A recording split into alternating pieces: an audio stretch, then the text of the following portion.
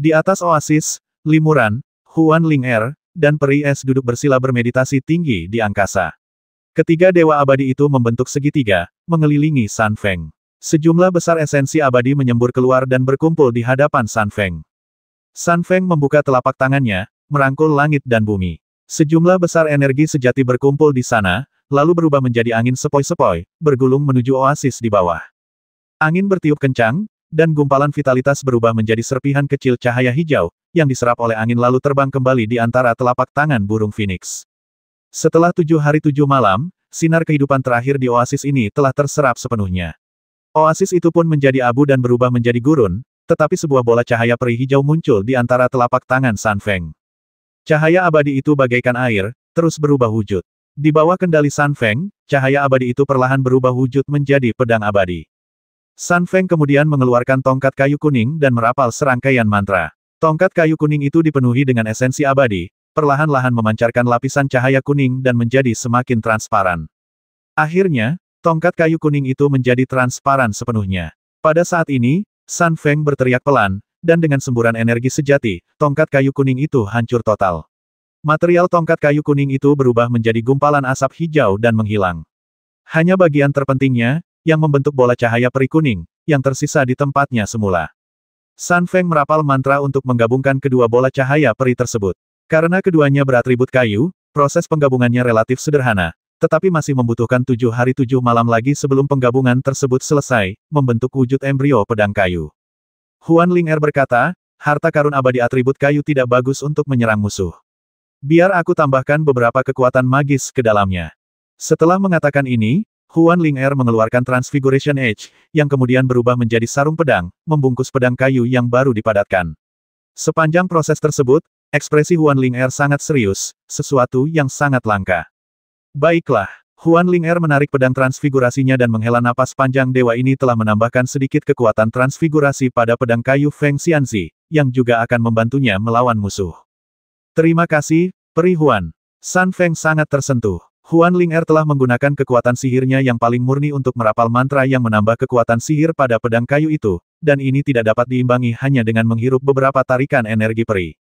San Feng menyelesaikan mantra terakhir dengan tenang, dan tak lama kemudian, sebilah pedang kayu hijau subur muncul di hadapan keempat peri. Peri Es berkata, pedang ini adalah kekuatan keabadian, jadi mengapa tidak menyebutnya pedang keabadian? Pedang keabadian. San Feng mengangguk berulang kali. Terima kasih, Peri Es, atas namanya. Pedang ini akan dinamai keabadian. Terima kasih, keempat sahabat abadiku, karena tak menyia-nyiakan kekuatan magis kalian untuk memurnikan harta ajaib ini untukku.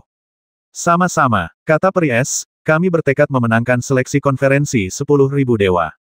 Peri Phoenix, tolong bantu kami sebisa mungkin. San Feng menggoyangkan pedang di tangannya dengan ringan dan berkata, aku akan berusaha sekuat tenaga untuk membantu rekan Daois Li dan semua makhluk abadi lainnya. Beberapa bulan kemudian, kompetisi seleksi konferensi 10.000 dewa resmi dimulai. Istana Yuran adalah tempat berkumpulnya para dewa sejati, dan kompetisi juga diadakan di sini. Tepat di atas Istana Yuran, terdapat formasi abadi yang menggantung di udara. Formasi-formasi ini memadat menjadi perisai cahaya transparan tak terlihat yang berukuran ratusan mil. Di dalam setiap perisai cahaya terdapat panggung kompetisi. Ada lebih dari 100 arena seperti itu, dan banyak kultivator menyaksikan dari sekitar perisai cahaya. Berkat formasi abadi yang memisahkan mereka, para penonton tidak perlu khawatir terpengaruh oleh teknik bertarung dan kekuatan supernatural, dan kultivator yang tidak relevan tidak dapat memasuki arena untuk mengganggu pertempuran. Para dewa yang ikut serta dalam kompetisi akan melangkah ke dalam formasi tertentu di bawah bimbingan para pengawal emas Istana Dewa, kemudian mereka akan diteleportasi ke panggung kompetisi yang sesuai untuk bertanding dengan lawan mereka. Limuran melayang di salah satu panggung kompetisi. Lawannya adalah seorang pendeta Tao Parubaya dengan tingkat kultivasi seorang abadi tingkat tinggi. Pendeta Tao itu memiliki raut wajah yang hikmat dan agung. Janggutnya yang panjang berkibar pelan tertiup angin. Ia mengenakan jubah Tao yang sederhana namun bersih. Selain turban Tao untuk mengikat rambutnya, ia tidak mengenakan pakaian lain. Ia memang memiliki temperamen seorang abadi. Di beberapa platform kompetisi terdekat, Ice Fairy, Illusion Fairy, dan Sun Feng juga bertarung melawan lawan mereka masing-masing. Pertandingan ini ditentukan melalui pengundian sebelum pertandingan. Dengan kata lain, meskipun mereka tahu tim mana yang akan mereka hadapi di babak tersebut, mereka tidak tahu siapa yang akan menjadi lawan mereka. Terlebih lagi, Dengan 4 kompetisi yang berlangsung secara bersamaan, sulit baginya untuk memantau perkembangan Ice Fairy dan yang lainnya. Teman abadi ini sungguh sial. Sang Tao tiba-tiba angkat bicara, berkata dengan sungguh-sungguh, akulah komandan pasukan kita. Limuran berkata, lalu tersenyum tipis keberuntunganmu juga rata-rata, karena kebetulan aku juga kapten tim ini. Benarkah? Sang Tao tercengang. Sepertinya tim yang diikuti oleh rekan abadi tidak terlalu kuat. Kalau tidak, mengapa mereka membiarkan seorang kultivator di tahap awal keabadian sejati menjadi pemimpin? Kata-katamu sangat masuk akal. Limuran mengangguk kecil. Tapi, timmu sepertinya juga tidak terlalu kuat. Sang Tao mencibir, tim ini tidak perlu kuat, asalkan kalian cukup kuat. Sekalipun tim kalian kalah dalam kompetisi, kalian akan menonjol dan dipilih oleh tim-tim kuat lainnya untuk menggantikan yang lemah dan terus berpartisipasi di babak kompetisi berikutnya. Bagus sekali. Limuran mengangguk. Sepertinya rekan Taois itu berencana memamerkan keahliannya dan membuat heboh. Benar. Sang Tao mengangguk, lalu mendesah sayang sekali lawannya terlalu lemah. Sekalipun aku bisa mengalahkannya dengan mudah, aku khawatir itu tidak akan menarik banyak perhatian. Limuran tersenyum dan berkata, kalau begitu aku akan berusaha sekuat tenaga untuk membuat kompetisi ini lebih menegangkan dan menarik. Ini yang terbaik, kata Sang Tao, tolong lawan dengan sekuat tenaga, sesama makhluk abadi, dan jangan menyerah terlalu cepat. Aku akan melakukan yang terbaik. Limuran mengangguk dan setuju. Sang Tao membungkuk, lalu menjentikkan jarinya, dan dengan suara Swiss, sebuah pedang sepanjang 3 kaki melesat keluar dari lengan bajunya.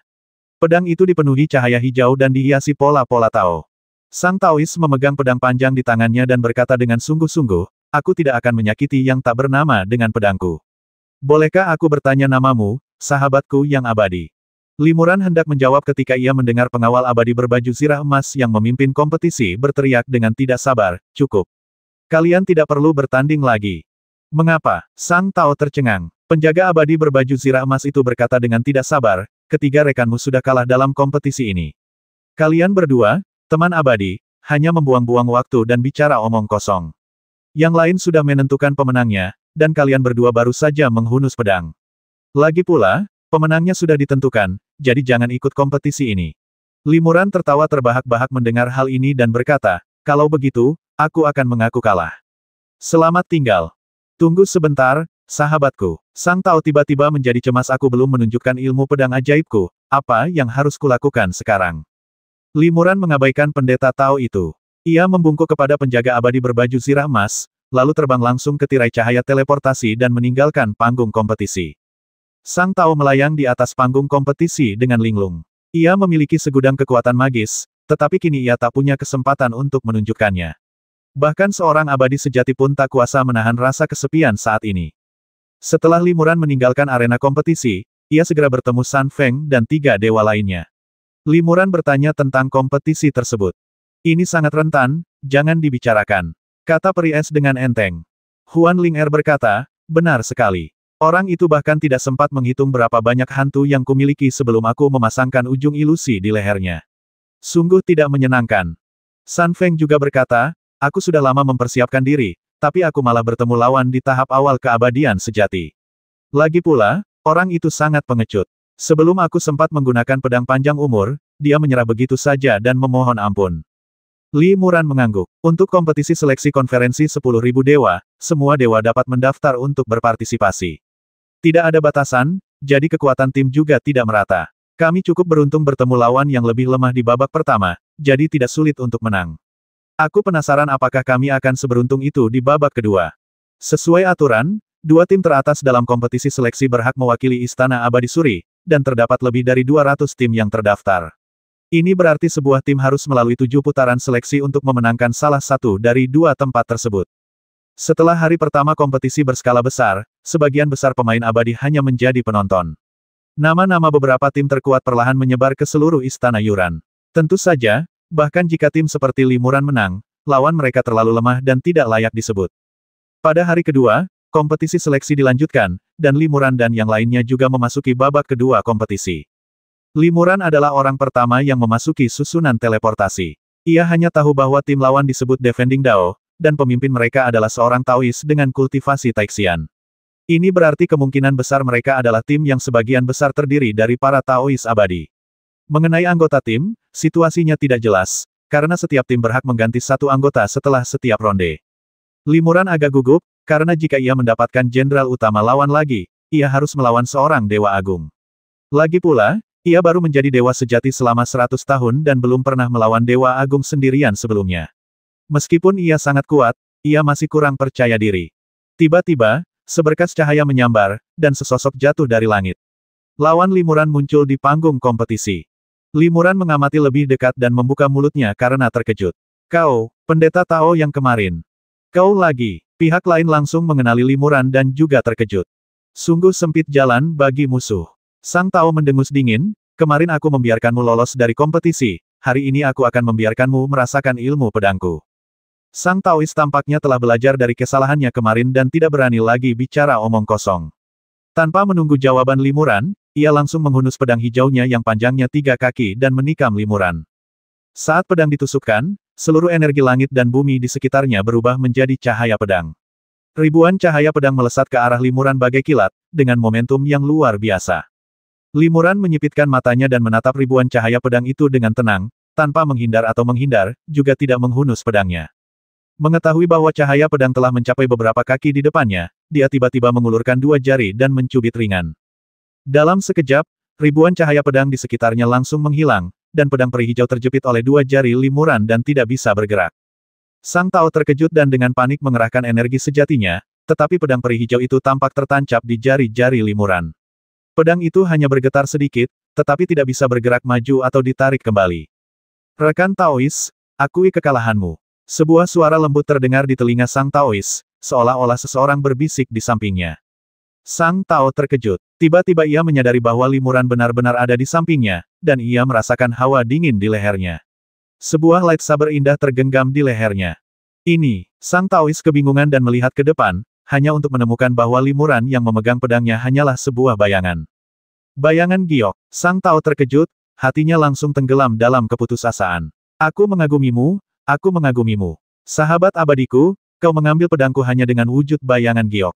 Aku sama sekali bukan tandinganmu. Sebenarnya, ini bukan sembarang bayangan giok, melainkan tubuh kemurnian giok yang telah dikultivasikan Limuran. Namun, ketika digunakan sendiri, kemampuannya tidak jauh berbeda dengan kemampuan bayangan giok para dewa giok biasa. Terima kasih atas pengakuanmu. Mendengar pengakuan lawan, Limuran melesat dan menyatu dengan bayangan giok lagi, lalu mengembalikan pedang hijau itu kepada lawan. Sang Tao menghela napas, mengambil pedang, dan berterima kasih kepadanya, lalu meninggalkan arena kompetisi dengan sedikit lesu. Setelah pengawal abadi berbaju zirah emas yang memimpin kompetisi mencatat pemenang dan pecundang, Limuran pun meninggalkan tempat itu. Tak lama setelah Limuran keluar, ia juga menemui 3 dewa abadi lainnya dan bertanya tentang pemenangnya. Keempat dewa abadi itu menang. Peri mana yang ditemui oleh jenderal kepala pihak lain yang memiliki kultivasi hebat? Tanya Limuran. Huan Ling-er tersenyum dan berkata, mereka kurang beruntung. Mereka kebetulan bertemu dengan Peri Es. Peri Es menebas dengan pedangnya dan membekukan Taois Taixian di udara. Taois itu berjuang beberapa saat tetapi tidak mampu memecahkan es dan terpaksa mengakui kekalahan. Limuran mengangguk. Dengan kekuatan es Peri Es, bahkan kultivator Taixian biasa pun tak mampu menahannya. Namun, karena Peri Es telah menunjukkan kekuatan magis ini, aku yakin ketenarannya akan menyebar luas dalam waktu dekat. Seperti yang diharapkan, setelah putaran kompetisi ini, Peri Es sering disebut-sebut dalam diskusi para dewa. Kekuatan esnya yang tak tertandingi, kemampuannya untuk membekukan seorang dewa agung dalam satu pukulan, kemampuannya untuk mengalahkan seorang kultivator dewa agung dengan kultivasinya yang superior, ditambah statusnya sebagai kultivator wanita, menjadi topik diskusi yang ramai di antara para dewa. Namun, Limuran dan 3 dewa lainnya relatif tidak diperhatikan. Bagi tim yang mengincar kemenangan mutlak, semakin lambat mereka diperhatikan, semakin baik. Setelah ronde kedua, ronde ketiga kompetisi dimulai. Limuran dan 4 lainnya kurang beruntung karena diundi untuk bertanding sore itu. Mereka bertarung 2 ronde dalam 1 hari. Namun, keempat makhluk abadi ini tidak menghabiskan terlalu banyak mana dan energi saat memenangkan ronde sebelumnya, yang tidak terlalu memengaruhi pertarungan ronde ketiga. Namun lawan mereka bahkan lebih sial. 2 dari 4 dewa abadi telah bertarung melawan lawan mereka masing-masing selama lebih dari 1 jam di babak kedua kompetisi pagi, menghabiskan banyak energi. Bertarung lagi sekarang akan berdampak signifikan. Di panggung kompetisi, Limuran menatap lawannya, merasakan vitalitasnya yang masih berjuang. Ia merasa lega. Pertarungan ini bahkan belum dimulai, tetapi hasilnya sudah ditentukan. Seorang abadi agung dengan vitalitas yang rusak bukanlah tandingannya. Saat kompetisi hendak dimulai, tiba-tiba terdengar suara riuh dari para dewa yang sedang menonton kompetisi. Limuran dan dua dewa lainnya yang akan bertanding juga menyadari suara riuh itu.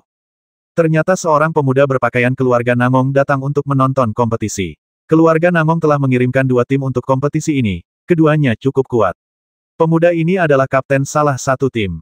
Ia datang ke sini untuk menilai kekuatan para peserta. Jika mereka kuat, mereka mungkin akan direkrut ke dalam tim keluarga Nangong di masa mendatang. Limuran tentu saja meremehkan ini, tetapi ketika lawannya melihat pemuda dari keluarga Nangong datang ke sini untuk menonton pertempuran, dia tiba-tiba menjadi bersemangat, dan fluktuasi vitalitas yang dipancarkannya menjadi lebih kuat. Sepertinya dia akan bertarung dengan sekuat tenaga. Limuran mengerutkan kening. Pengalaman bertarung bertahun-tahun mengajarkannya bahwa kapanpun, seseorang tidak boleh meremehkan lawan yang berani bertarung sampai mati. Swiss, pedang itu berkilat dan Limuran mengambil alih serangan terlebih dahulu. Bagi seorang kultivator yang bertekad bertarung sampai mati, serangan yang kuat adalah pertahanan yang lemah, sehingga ia tidak bisa hanya bertahan, tetapi harus mengambil inisiatif untuk menyerang. Limuran telah mengalami banyak pertempuran hidup dan mati dan secara alami memahami prinsip ini. Lawannya tampaknya sangat paham bahwa pemuda abadi ini sebenarnya sedang menyerangnya tanpa peduli apapun. Ia memegang pedang pendek di masing-masing tangan, dan ketika ia mengayunkannya, api berkobar. Jelas bahwa ia mahir dalam keterampilan yang berkaitan dengan api dan juga jago dalam pertarungan jarak dekat. Pikiran Limuran tergerak saat melihat ini. Ia melesat dan berubah menjadi bayangan, menghindari serangan lawan. Sosok Limuran kemudian muncul puluhan mil jauhnya. Pada saat yang sama, ia mengeluarkan jimat giok es dari lengan bajunya. Lawan itu menyerbu ke arahnya dengan kecepatan tinggi. Limuran mengulurkan jarinya dan menjentikannya, mengaktifkan jimat abadi. Tiba-tiba, hawa dingin menyelimuti sekelilingnya, dan bilah-bilah pendek berapi di tangan pemuda abadi itu langsung melemah, dan apinya hampir padam. Tubuhnya seakan membeku, dan sosoknya tiba-tiba membeku di tempat. Tak lama kemudian, lapisan-lapisan es muncul di sekelilingnya. Jimat ajaib yang disempurnakan dengan kekuatan es peri es memang cerdik. Puji Limuran dalam hati, dan dengan sekejap tubuhnya, ia telah membasmi lawannya dari belakang. Pedang tanpa nama itu diayunkan dengan ringan, dan dengan kilatan cahaya pedang, segala sesuatu di sekitarnya kembali ke keadaan semula. Cahaya peri pelindung sang pemuda abadi juga menghilang seperti asap hijau di bawah pedang tanpa nama itu. Pemuda abadi itu merasakan hawa dingin di punggungnya. Meskipun pedang tak bernama itu masih beberapa kaki darinya, cahaya pedangnya telah menembus punggungnya. Terima kasih. Limuran menyimpan pedang tanpa nama miliknya dan membungkuk kepada lawannya. Kebanyakan orang yang menyaksikan pertarungan itu adalah dewa sejati, jadi mereka tahu ia menahan serangan itu. Kalau tidak, ia bisa saja menghancurkan tubuh abadi pemuda itu. Pemuda abadi itu mendesah pelan, tak berkata apa-apa lagi, lalu pergi dengan sedih. Pemuda dari keluarga Nangong melihat pemandangan ini, sedikit mengernyit, mengangguk, lalu pergi juga. Setelah Limuran menang, dia meninggalkan panggung kompetisi dan menemukan bahwa kompetisi antara peri es dan peri fantasi telah berakhir, dan hanya kompetisi San Feng yang masih berlangsung. Lawan San Feng adalah seorang pria parubaya dengan tingkat kultivasi seorang abadi agung, dan dia juga merupakan jenderal utama lawan. Feng Xianzi, tidak perlu bertarung lagi, kita sudah menang. Seru Limuran keras dari luar perisai cahaya. Ekspresi San Feng langsung rileks setelah mendengar ini. Ia berbalik dan tersenyum pada Limuran. Tepat saat ia hendak mengatakan sesuatu, ia melihat wajah Limuran berubah dan ia berteriak, hati-hati. San Feng segera menyadari bahwa musuh akan menyerang dari belakang. Ia mencibir dan mengayunkan pedang panjang umur ke belakang tanpa menoleh. Dalam sekejap, pedang panjang umur berubah menjadi pohon raksasa, menumbuhkan cabang dan akar yang tak terhitung jumlahnya, bagaikan jaring raksasa yang langsung menyelimuti segala sesuatu di sekitarnya. Bang! Kekuatan sihir abadi parubaya itu mengenai jaring raksasa itu, tetapi hanya mematahkan banyak cabang, mengubahnya menjadi kepingan cahaya hijau dan menghilang. Namun, San Feng tidak terluka sama sekali. San Feng mendengus dingin, tak lupa mengejek temanku, teknik serangan diam-diammu hebat sekali. Aku mengaku kalah. Lalu ia menyerah dan meninggalkan panggung kompetisi. Malam itu, Limuran dan rekan-rekannya sedang beristirahat di gua tempat tinggal mereka. Tiba-tiba, terdengar kesibukan di luar. Ternyata itu adalah sekelompok lebih dari 10 kultivator yang sedang berkunjung. Limuran keluar untuk menyambut mereka dan mendapati bahwa pemimpin para kultivator ini tak lain adalah pemuda dari keluarga Nangong yang ia temui saat kompetisi siang hari. Ketika pemuda itu melihat Limuran, ia membungkuk dan berkata dengan sopan sambil tersenyum, "Saya, Sang Abadi, Nan Gongren. Mohon maaf atas ketidaknyamanan yang saya alami karena harus menemui Anda. Saya harap Anda memaafkan saya, Li, Sang Abadi. Ini hanyalah hadiah kecil, bukan tanda penghormatan. Terimalah dengan senyuman. Setelah berkata demikian, Namong Ren melambaikan tangannya, dan beberapa biksu di belakangnya segera membawa beberapa peti harta karun berukuran 5 kaki persegi dan memberikannya kepada Limuran. Ini adalah formalitas salam, sebuah etiket yang telah lama dihormati dalam dunia kultivasi abadi. Hal ini biasanya dilakukan di antara para bangsawan dari sekte-sekte besar dan keluarga bangsawan. Namong Ren, seorang dewa agung yang berasal dari keluarga bergengsi di Namong, menyampaikan formalitas ini kepada Limuran, seorang dewa giok yang tidak dikenal, sebagai tanda kesetaraan status dan kedudukan sosial. Namun, para kultivator di belakang Namong Ren tidak menunjukkan simpati, jelas-jelas menganggap Limuran tidak pantas menerima perlakuan seperti itu. Meskipun demikian, mereka wajib mematuhi perintah Namong Ren. Tuan Namong sangat sopan, kata Limuran sambil tersenyum, lalu mempersilakan mereka masuk ke dalam gua. Setelah berbasa-basi sebentar, melihat Limuran masih belum menanyakan tujuannya, Nangong Ren berinisiatif bertanya, aku ingin tahu apakah Peri He ada di rumah. Aku datang ke sini kali ini untuk membicarakan beberapa hal dengan Peri He. Peri He yang disebutkan oleh Namong Ren sebenarnya adalah Peri S, yang menggunakan nama samarannya di Istana Peri. Tepat ketika Namong Ren hendak bertanya, ia mendengar suara Peri S dari aula dalam Tuan Muda Namong, apa instruksi Anda untuk saya? Saat ia berbicara, sebuah bayangan putih melayang turun. Itu adalah Peri S bergaun putih. Peri He, kata Namong Ren sambil berdiri dan menyapanya, singkat cerita, aku datang ke sini untuk mengundang Peri S bergabung dengan timku. Jika kau setuju, keluarga Namong akan memberimu 500 manik es dan giok Peri S kualitas terbaik.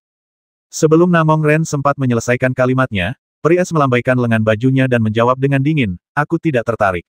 Silakan kembali, Tuan, rekan Taois Li, tolong ajak aku berkeliling. Tunggu sebentar, kenapa He Xianzi selalu menjaga jarak dengan orang lain? Bukankah He Xianzi ingin meninggalkan jalan keluar untuk dirinya sendiri? Aku hanya butuh bantuan He Xianzi sekali saja. Setelah ini, aku berjanji pada He Xianzi, jika timku menang dalam seleksi, aku bisa memesankan tempat untukmu.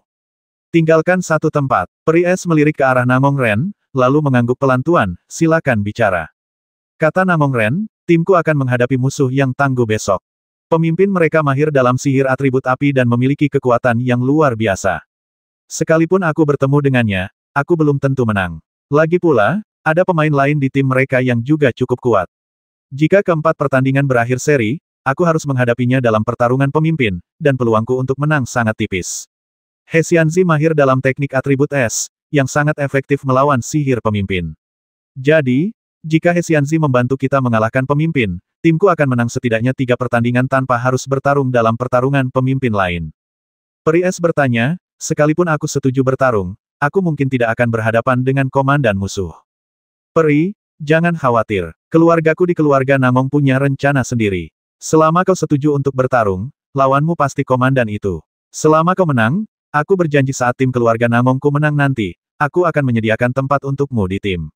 Sekalipun timmu gagal menang, kau masih bisa bergabung dengan kami di konferensi 10.000 dewa. Aku sangat tertarik dengan tempat ini. Kata Peri S ringan, nadanya akhirnya tidak terlalu dingin. Melihat pihak lain mengalah, Namong Ren melanjutkan, He Xianzi bukanlah jenderal utama, jadi dia hanya perlu berjuang untuk tim abadi ini selama 1 ronde, lalu dia bisa kembali ke tim Li Xianyu di ronde berikutnya.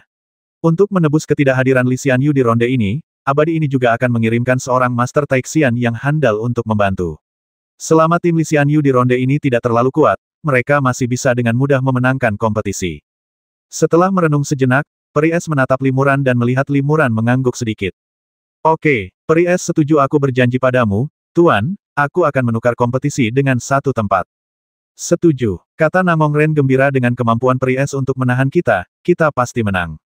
Setelah mengirim Namong Ren pergi, Limuran berkata, Peri S bermaksud meninggalkan tempat ini kepadaku, jadi dia setuju untuk mengambil tindakan, kan? Peri S mengangguk pelan, hanya ada 2 tempat untuk kompetisi seleksi, dan tim kita belum tentu menang. Keluarga Namong cukup kuat, jadi mereka mungkin punya peluang menang. Jika tim kita tidak menang, kita bisa membiarkan rekan Daois Li mengambil 1 tempat dan meninggalkan negeri peri ini dengan lancar. Namun, jika keluarga Namong menyesali keputusan mereka di kemudian hari, rencana ini tidak akan berhasil. Karena itu, kita harus berusaha sekuat tenaga untuk menang sendiri. Kali ini, aku membantu keluarga Namong hanya untuk memberi mereka jalan keluar dan melenyapkan tim musuh yang kuat. Limuran mengangguk dan berkata dengan rasa ingin tahu, aku ingin tahu musuh kuat apa yang mereka hadapi. Bahkan keluarga Nangong pun tidak yakin akan menang, jadi mereka sengaja menggunakan hadiah yang murah hati untuk meminta bantuan peri es. Kita akan tahu hasilnya besok, kata peri es dengan tenang. Di ronde keempat, aku tidak bisa mewakili tim tanpa nama. Semoga lawan kita tidak terlalu kuat. Pada hari keempat kompetisi seleksi, babak keempat kompetisi resmi dimulai. Setelah 3 babak pertama, hanya tersisa 32 tim, dan sisanya tereliminasi. Meskipun jumlah tim berkurang, antusiasme kompetisi jelas meningkat. Tim manapun yang berhasil melewati 3 babak tidak dianggap terlalu lemah. Lebih lanjut, banyak tim juga melakukan pergantian pemain, mengganti pemain yang lebih lemah dengan yang lebih kuat, yang secara signifikan meningkatkan kekuatan keseluruhan masing-masing tim. Setelah memasuki babak keempat, aturan kompetisi sedikit berubah. Meskipun lawan masih ditentukan dengan cara terisak-isak, 4 pertandingan antara masing-masing pasangan tim tidak lagi digelar secara bersamaan, melainkan berurutan. Hal ini memungkinkan setiap kultivator untuk melihat kemampuan bertarung rekan-rekan kultivatornya dan lebih memahami kekuatan mereka sendiri, sehingga dapat memutuskan apakah akan mempertahankan atau mengganti mereka di babak berikutnya. Saat putaran keempat kompetisi dimulai, giliran tim keluarga Nangong untuk berkompetisi, dan lawan mereka adalah tim dari Istana Suhua. Istana Suhua adalah sekte yang dipimpin oleh seorang tetua di tahap awal Golden Immortal. Kali ini, Istana Suhua hanya mengirimkan 1 tim untuk bertarung, dan tim ini secara alami mengumpulkan para master terbaik di ranah True Immortal di sekte tersebut. Pertandingan pertama kompetisi ini adalah antara peri es yang mewakili keluarga Nangong dan Kepala Jenderal Istana Suhua, seorang pendeta Tao tua berjubah merah. Ia adalah murid pertama Dewa Emas Suhua dan memiliki tingkat kultivasi seorang Dewa Agung. Semua Dewa Abadi keluarga Nangong sedang menyaksikan pertempuran di luar perisai cahaya, dan Limuran dan 3 Dewa Abadi lainnya juga datang ke sini. Setelah kedua belah pihak saling menyapa, peri es yang frustrasi mulai bergerak. Dengan jentikan lengan bajunya, ia melepaskan pedang abadi Jinghan, menggenggamnya dengan ujung mengarah ke langit. Begitu pedang itu dilepaskan, gelombang energi es tiba-tiba memenuhi area di sekitar arena. Meskipun pedang Jinghan belum digunakan, udara dingin telah membeku dan menyegel area di sekitarnya. Embun beku menyelimuti arena, dan bahkan perisai cahaya yang jauh pun terlapisi lapisan es transparan. Penjaga abadi berzirah emas yang memimpin kompetisi segera memancarkan lapisan cahaya abadi pelindung, tetapi cahaya abadi itu tetap tidak mampu menghentikan serbuan udara dingin. Setelah sedikit ragu, ia meninggalkan panggung kompetisi dan memimpin kompetisi dari kejauhan di luar perisai cahaya. Setelah adegan ini, seorang abadi yang familiar tampak mengusir pengawal abadi berzirah emas. Namun, penjaga itu menggelengkan kepalanya berulang kali dan berkata dengan sungguh-sungguh, ini bukan pertama kalinya aku memimpin kompetisi perihe ini. Tidak masalah jika dia tidak menghunus pedangnya, tetapi ketika dia menghunus pedangnya, kekuatan esnya cukup untuk membekukanku sampai mati. Perikian, tolong jangan menertawakanku. Jika kau punya kesempatan, rasakan sendiri dan kau akan tahu kebenaran dari apa yang kukatakan. Saat penjaga abadi berbaju zirah emas itu berbicara, peri es telah menghunus pedangnya. Ia perlahan menusukkannya ke arah pendeta Tao berjubah merah. Energi pedang itu mengembun menjadi es, seketika berubah menjadi naga es, melolong dan menukik ke arah pendeta Tao. Kemanapun naga es itu lewat, semuanya membeku. Pendeta Tao tua itu menggoyangkan kocokan merah di tangannya, dan dengan infus kekuatan sihir murni, setiap helai kocokan menyemburkan api, yang seketika berkumpul menjadi lautan api merah dan menyulut vitalitas para makhluk abadi di dekatnya. Api membumbung tinggi ke langit, momentumnya mencengangkan. Api abadi membersihkan udara dingin di sekitarnya, dan bahkan naga es, setelah terjun ke lautan api, dengan cepat menghilang dan akhirnya lenyap sepenuhnya. Puff! Dengan suara pelan, jejak energi pedang tak terlihat menembus lautan api. Pendeta Tao tua itu berbalik ke samping, dan energi pedang tak terlihat itu mengiris lengan kanannya, meninggalkan bekas darah yang tidak terlalu panjang. Pendeta Tao tua itu diam-diam terkejut. Ia tidak menyangka lawannya tidak hanya memiliki kekuatan es yang mendalam, tetapi juga ilmu pedang yang cukup tinggi. Aura es yang terkandung dalam tusukan lurus biasa ini sepenuhnya dilenyapkan oleh api abadi yang murni miliknya, tetapi energi pedang masih sedikit menembus jubah Tao-nya. Peri es juga sedikit terkejut melihat pendeta Tao telah melarutkan kekuatan esnya, dan alisnya sedikit berkerut.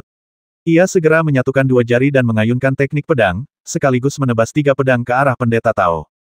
3 aliran energi pedang berubah menjadi 3 naga es, mengaum ke arah mereka. Saat ketiga pedang itu terhunus, lapisan es pada perisai cahaya semakin tebal, dan banyak udara dingin merembes keluar dari perisai cahaya, membuat para biksu yang menyaksikan pertempuran di dekat perisai cahaya merasakan hawa dingin yang menusuk tulang. Pendeta Tao itu tak berani gegabah. Ia mengayunkan kocokannya 3 kali, dan 3 naga api raksasa meraung, menuju ke 3 naga es tersebut. Naga api dan naga es bertemu di udara, dan seketika naga es itu runtuh dan naga api pun padam.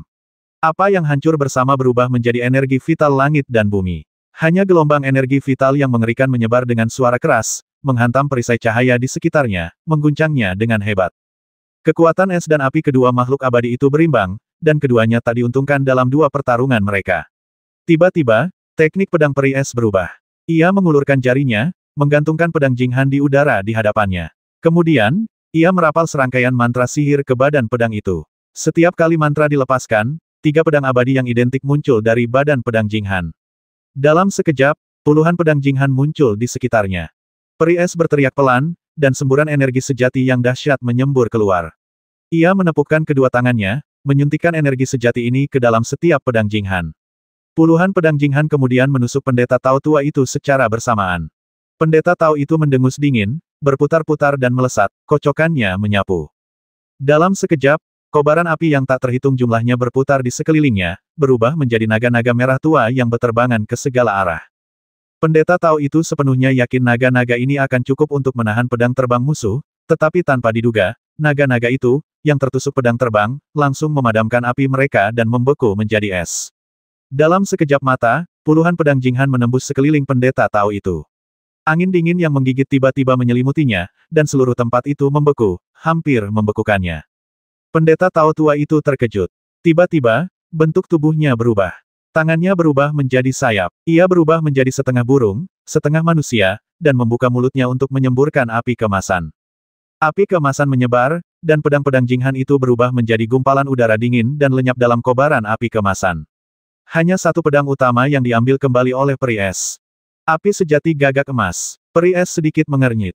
Kau memang klon senior Su Hua Jinxian. Suara Namong Ren terdengar dari balik penghalang cahaya. Ia berkata, senior adalah seorang Master Golden Immortal. Mengapa kau menggunakan teknik klon untuk berpartisipasi dalam konferensi 10.000 dewa, para kultivator dewa sejati seperti kami?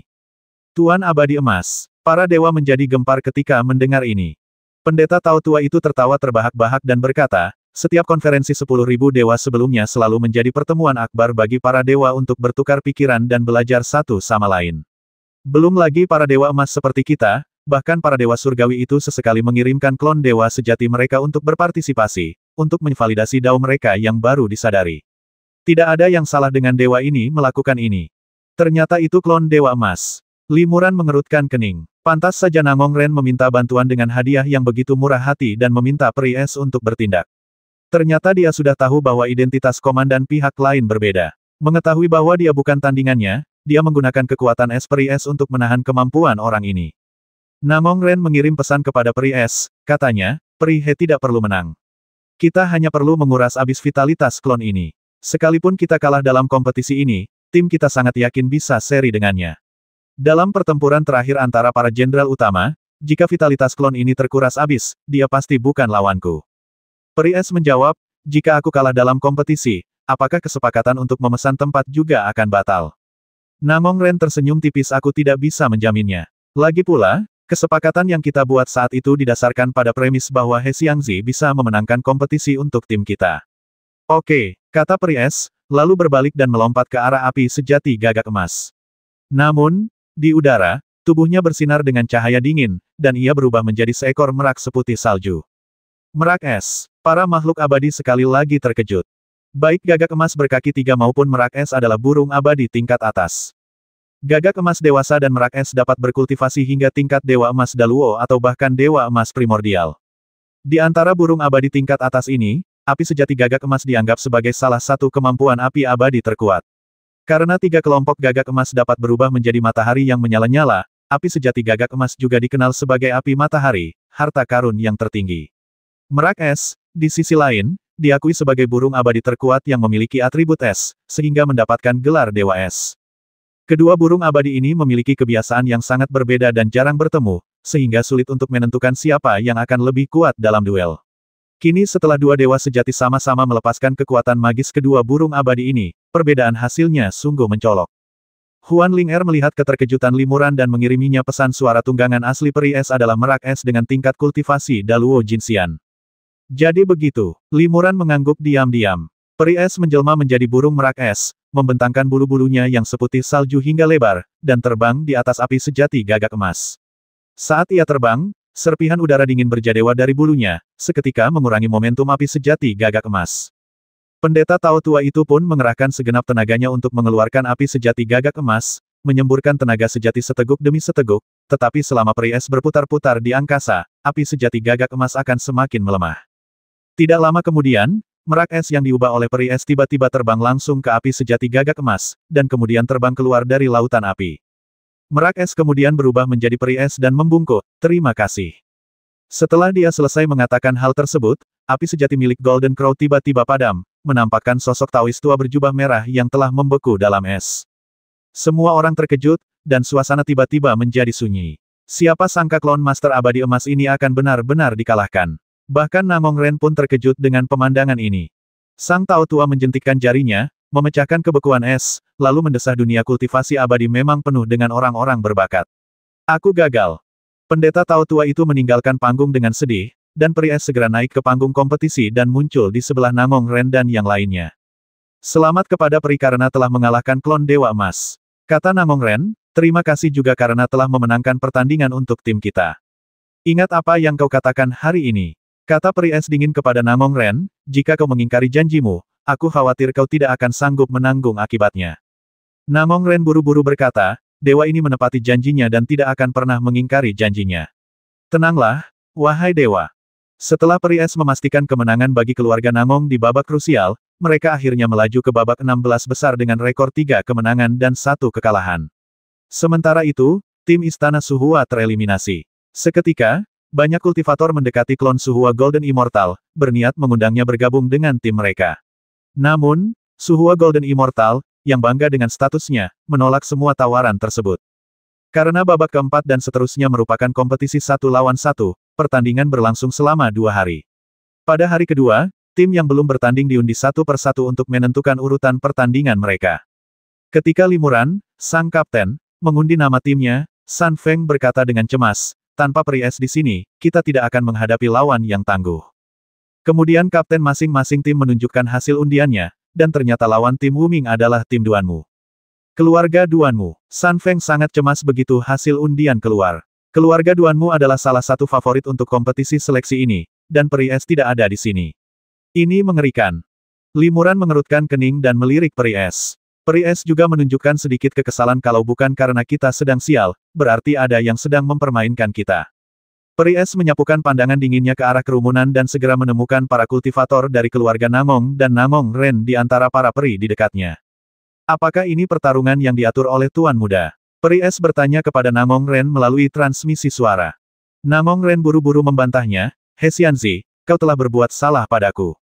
Meskipun keluargaku, memiliki pengaruh di Istana Abadi, kita tidak bisa mengatur seluruh pertandingan. Tempat ini diundi secara pribadi oleh Kapten timmu, Li Xianyu. Peri es berkata dengan tenang, sebaiknya jangan biarkan aku tahu bahwa kau dan yang lainnya sedang bermain trik secara diam-diam, kalau tidak, keluarga Namong mungkin tidak akan bisa melindungi Tuan Muda. Namong Ren tersenyum canggung dan tidak banyak bicara. Rencana yang brilian, Tuan. Seorang kultivator di samping Namong Ren tak kuasa menahan diri untuk berbisik memujinya, rencana ini seperti sekali mendayung 2 pulau terlampaui. Sungguh brilian. Pertama, kau manfaatkan Hesiangzi yang kuat untuk memenangkan pertempuran krusial lalu kau rancang situasi di mana tim aslinya menghadapi musuh yang tangguh. Dengan begini, tim asli Hesiangzi tersingkir, memaksanya untuk tetap bersama kami dan terus mengabdi pada keluarga Namong kami. Bukan hanya itu, jawab Namong Ren dengan bangga, Tuan Muda ini memohon dengan sangat rendah hati, bukan hanya untuk memenangkan hati Hesiangzi. Karena Hesiangzi bertekad untuk tetap di tim tanpa nama, kurasa rekan satu timnya juga tidak akan terlalu buruk. Ini kesempatan yang sempurna untuk meredam semangat keluarga Duanmu. Jika kita bisa membiarkan mereka bertarung imbang, itu akan lebih baik. Jadi ini serangan 3 arah. Puji biksu itu lagi. Bagus sekali. Kita sudah melewati babak ini. Sekarang kita tinggal duduk dan menyaksikan kedua tim bertarung sambil menikmati hasilnya. Perintah Namong Ren, jangan sampai ada yang membocorkan informasi ini. Kalau tidak, kalau Hesiangzi tahu, dia pasti marah besar dan bergabung dengan tim lain. Kalau begitu, tindakan kita bukan hanya akan dijadikan kambing hitam, tapi juga akan menciptakan musuh yang tangguh. Saat limuran, San Feng, dan yang lainnya berdiskusi, sebuah suara yang familiar terdengar haha, aku tidak menyangka kami akan menjadi lawanmu di ronde ini. Tuan Duanmu, Li Muran membungkuk. Orang-orang yang datang adalah beberapa kultivator dari keluarga Duanmu. Pemimpin di antara mereka adalah pemuda Duanmu Ziyu yang pernah ia temui saat mendaftar. Sayang sekali, Master Duanmu melirik peri es dan mendesah, kudengar Hesiang mengalahkan klon dari sesepuh Dewa Emas awal kemarin. Sayang sekali Hesiang tidak bisa lagi mewakili tim tanpa nama di babak ini, dan aku tidak bisa bertanding dengan Hesiang. Aku ingin tahu apakah Hesiang tertarik bergabung dengan timku. Peri es berkata dengan dingin, mengapa kau bergabung dengan tim yang akan tereliminasi? Master Duanmu tertegun sejenak, lalu tertawa terbahak-bahak. He Xiangzi tidak hanya luar biasa kuat, tetapi juga sangat arogan. Dia sama sekali tidak seperti wanita-wanita lemah dan feminin lainnya. Aku sangat mengaguminya. Bagaimana kalau begini? Ayo kita bertaruh. Jika timku memenangkan kompetisi, He Xiangzi akan bergabung dengan kita dan bertarung bersamaku di konferensi 10.000 dewa. Bagaimana menurutmu? Bagaimana jika kamu secara tidak sengaja kalah dalam kompetisi? Li Muran tersenyum kecil. Semuanya tergantung padamu, kata guru Duanmu dengan bangga. Peri es mengangguk pelan. Baiklah. Kalau kau kalah dalam kompetisi ini, silakan minggir dari hadapanku. Kau tidak boleh mendekatiku dalam radius 10.000 mil. Tuan Duanmu juga tidak marah.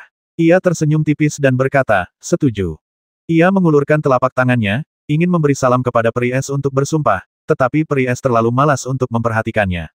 Ia melambaikan lengan bajunya dan minggir. Tuan muda Duanmu menarik tangannya sedikit karena malu, lalu berkata kepada Li Muran, sahabat Li, mari kita undian untuk menentukan urutan pertandingan. Di bawah pengawasan pengawal abadi bersirah emas, 8 dewa abadi dari kedua tim diundi. Hasilnya, kultivator keluarga Nangong, yang menggantikan Peri es, menjadi yang pertama bertarung. Lawannya adalah seorang tetua dari keluarga Duanmu. Sementara itu, San Feng memilih Tuan Muda Duanmu sebagai lawannya dan bermain di pertandingan keempat. Master Duanmu cukup puas dengan hasilnya. Ia tertawa terbahak-bahak dan berkata, semoga rekan-rekan abadi Li dan yang lainnya dapat tampil dengan baik. Kalau tidak, saya mungkin tidak perlu bertarung. Pertandingan antara kedua tim ini menarik banyak penonton. Kedua lawannya, Nangong dan Duanmu, adalah kultivator ternama dari dua keluarga terkemuka. Keduanya telah mencapai tingkat Dewa Agung dan cukup tersohor di antara para dewa sejati. Ini bukan sekadar pertandingan antara dua individu, tetapi juga pertemuan pertama antara kultivator dari kedua keluarga ini.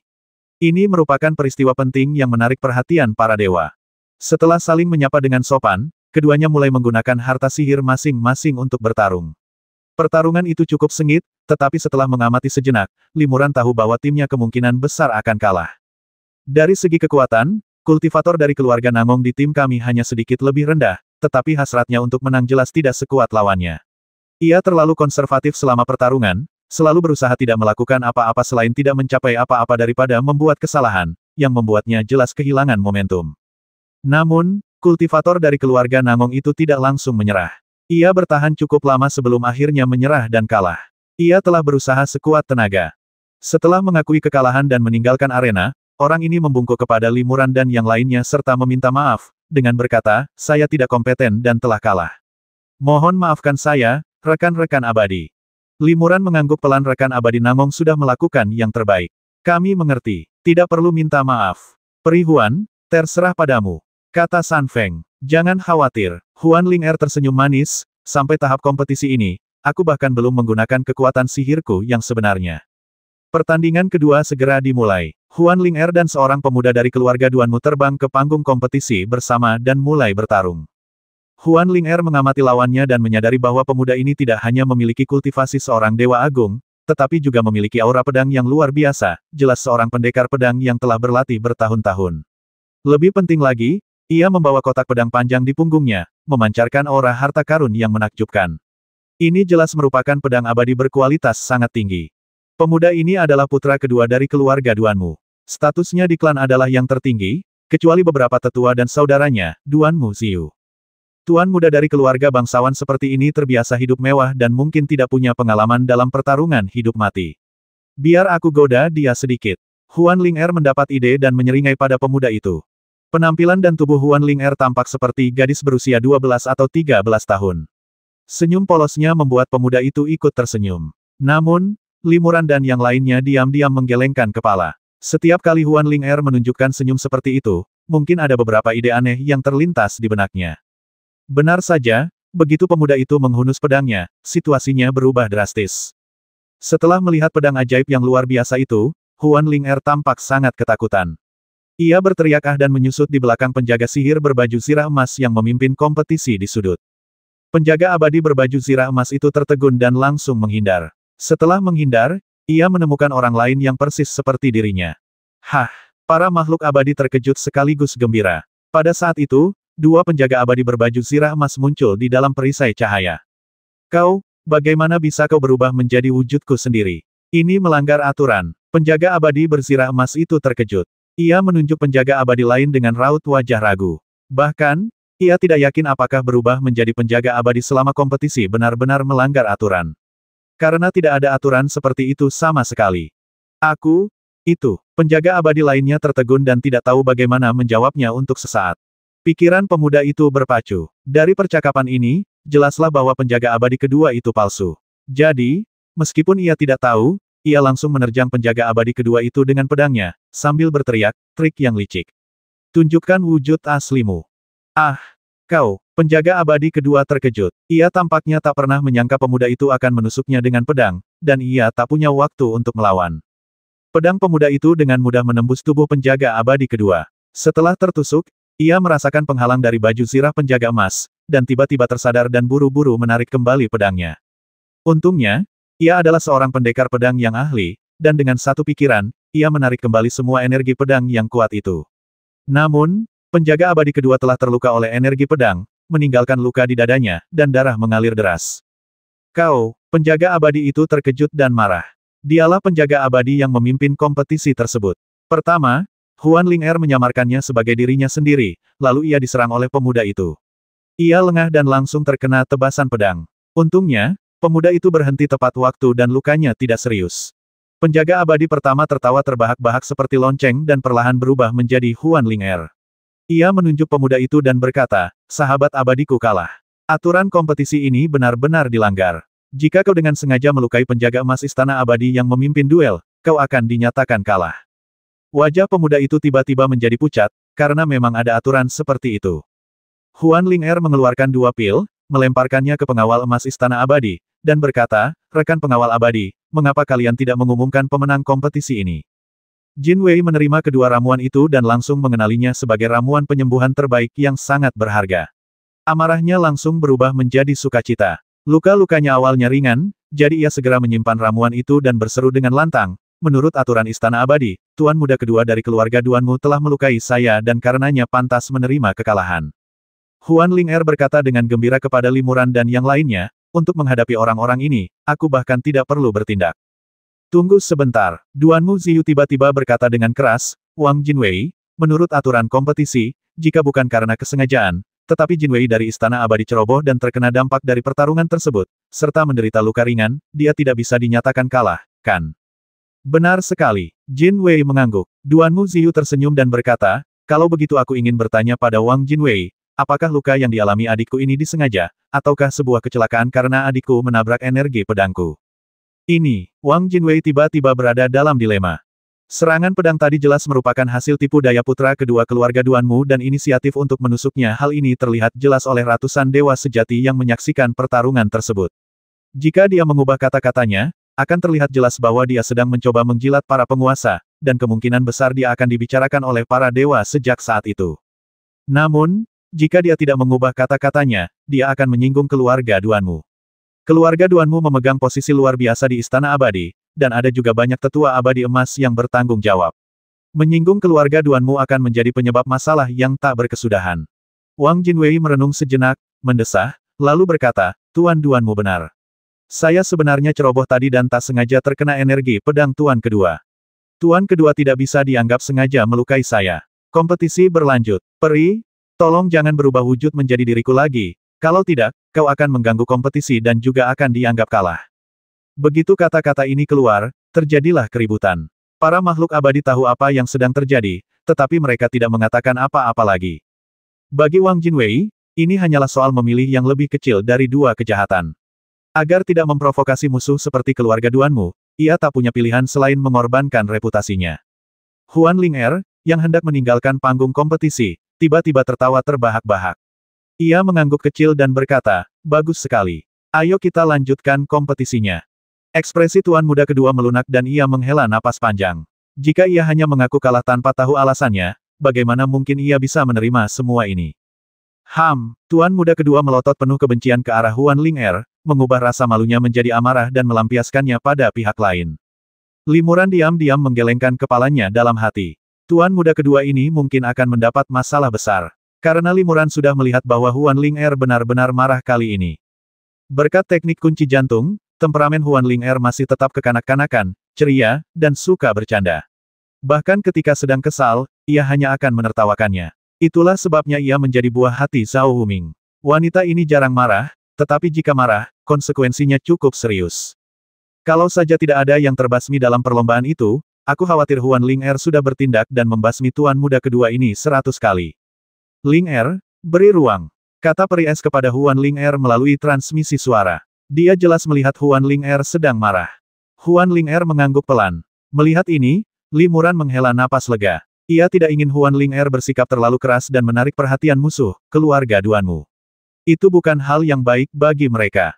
Kompetisi dimulai. Perintah Wang Jinwei, lalu segera melesat ke tirai cahaya teleportasi, segera meninggalkan panggung kompetisi, dan keluar dari perisai cahaya untuk memimpin kompetisi.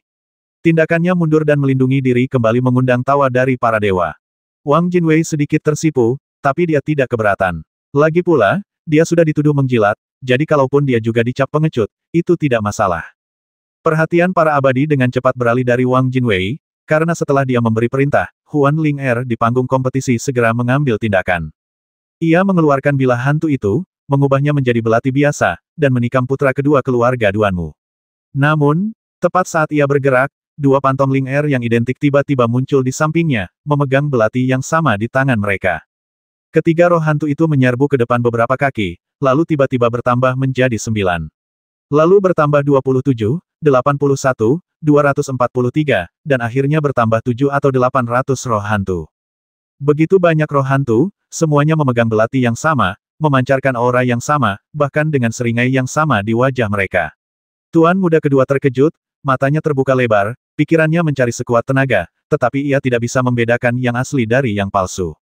Ratusan roh hantu melayang melintasi arena, tiba-tiba menyerbu tuan muda kedua secara bersamaan. Terkejut, tuan muda kedua segera melepaskan pedangnya sekuat tenaga, berputar cepat menciptakan badai energi pedang yang tak tertembus yang menyelimutinya. Akan tetapi, badai energi pedangnya tidak berhasil karena roh-roh hantu yang menusuknya semuanya adalah hantu, dan mereka langsung hancur begitu mereka bersendewa dengan badai energi pedang. Namun, hantu-hantu terus berdatangan untuk membasminya, dan tuan muda kedua tak berani menghentikan teknik pedang di tangannya sedetik pun. Hanya dewa yang tahu yang mana di antara sekian banyak hantu yang asli. Jika ia tidak hati-hati, ia tak akan mampu menahan serangan hantu yang asli. Ini berlangsung selama 1 batang dupa penuh. Tuan muda kedua hanya bertahan dengan sekuat tenaga dan tidak punya kesempatan untuk melawan balik lawannya karena dia bahkan tidak tahu di mana tubuh asli lawannya. Hantu yang tak terhitung jumlahnya menghilang dan sirna di bawah energi pedang tuan muda kedua, tetapi lebih banyak hantu muncul, dan tampaknya mereka tidak akan pernah berakhir. Awalnya, tuan muda kedua melawan sekuat tenaga, tetapi kemudian, ia perlahan-lahan menarik sebagian esensi sejatinya, dan kekuatan badai energi pedang berkurang secara signifikan. Hal ini karena mengerahkan seluruh kekuatannya selalu menghabiskan banyak esensi sejati dan sulit dipertahankan. Terlebih lagi, pertempuran mereka terbatas di dalam formasi abadi ini, sehingga sulit untuk memobilisasi energi vital langit dan bumi dari jauh untuk mengisi kembali mana mereka. Oleh karena itu, konsumsi esensi sejati merupakan masalah yang sangat serius. Tanpa diduga, ketika kekuatan badai energi pedang tuan muda kedua melemah, tiba-tiba sekelompok hantu yang sangat kuat menyerbu. Dalam sekejap, beberapa hantu menerobos badai energi pedang, dan belati di tangan mereka langsung meninggalkan puluhan bekas darah di tubuh tuan muda kedua. Tuan muda kedua merasa ngeri. Dengan pikiran, ia sekali lagi mengerahkan seluruh tenaganya untuk mengusir hantu-hantu itu. Namun, saat itu, puluhan bekas tebasan pedang dangkal telah tertinggal di tubuhnya, dan pakaiannya pang camping, membuatnya tampak sangat menyedihkan. Semuanya kembali seperti semula. Hantu-hantu yang tak terhitung jumlahnya terus menusuk tuan muda kedua. Tuan muda kedua tidak bisa membedakan mana yang asli dan mana yang palsu, jadi ia hanya bisa melindungi segala arah di sekitarnya dengan sekuat tenaga untuk mencegah hantu manapun mendekatinya. Pertempuran berlangsung lama. Tuan muda kedua terus-menerus mengubah teknik pedangnya.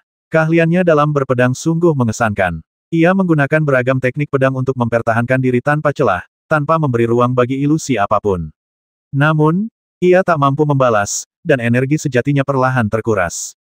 Kemudian, hantu-hantu yang tak terhitung jumlahnya mengepung Tuan Muda kedua dan menyerangnya terus-menerus. Di sudut kejauhan, ada sesosok hantu yang menyaksikan semua ini dengan senyum di wajahnya, dan sedang memainkan belati di tangannya dengan acuh tak acuh. Tuan Muda kedua, yang tengah mencari tubuh asli Huan Ling-er, gembira saat melihat pemandangan ini pasti tubuh aslinya. Dia tetap tenang, terus melakukan teknik pedang dan menghancurkan hantu yang menyerang dari dekat, sambil diam-diam menghasilkan energi pedang. Tiba-tiba, Tuan Muda kedua berteriak, dan cahaya pedang yang kuat menyambar, menghancurkan semua hantu di dekatnya, dan kemudian sosoknya menghilang bersama cahaya pedang. Teknik melarikan diri dengan pedang. Duanmu Ziyu mengangguk pelan. Ini adalah kesempatan sempurna untuk membalikkan keadaan. Tuan Muda kedua menggunakan teknik melarikan diri pedang untuk tiba-tiba menyerbu Huan Ling-er, yang sedang menonton dengan dingin, lalu menebasnya dengan pedang. Pedang ini berisi teknik pedang terkuat Tuan Muda kedua. Saat ditebas, pedang itu memiliki momentum tsunami. Energi abadi di sekitarnya juga berubah menjadi energi pedang dan mengembun menjadi hantu pedang abadi yang tak terhitung jumlahnya, yang menebas Huan Ling-er bersama-sama. Puff! Dengan suara pelan, roh hantu itu dengan mudah terbasmi dan menghilang seperti gelembung.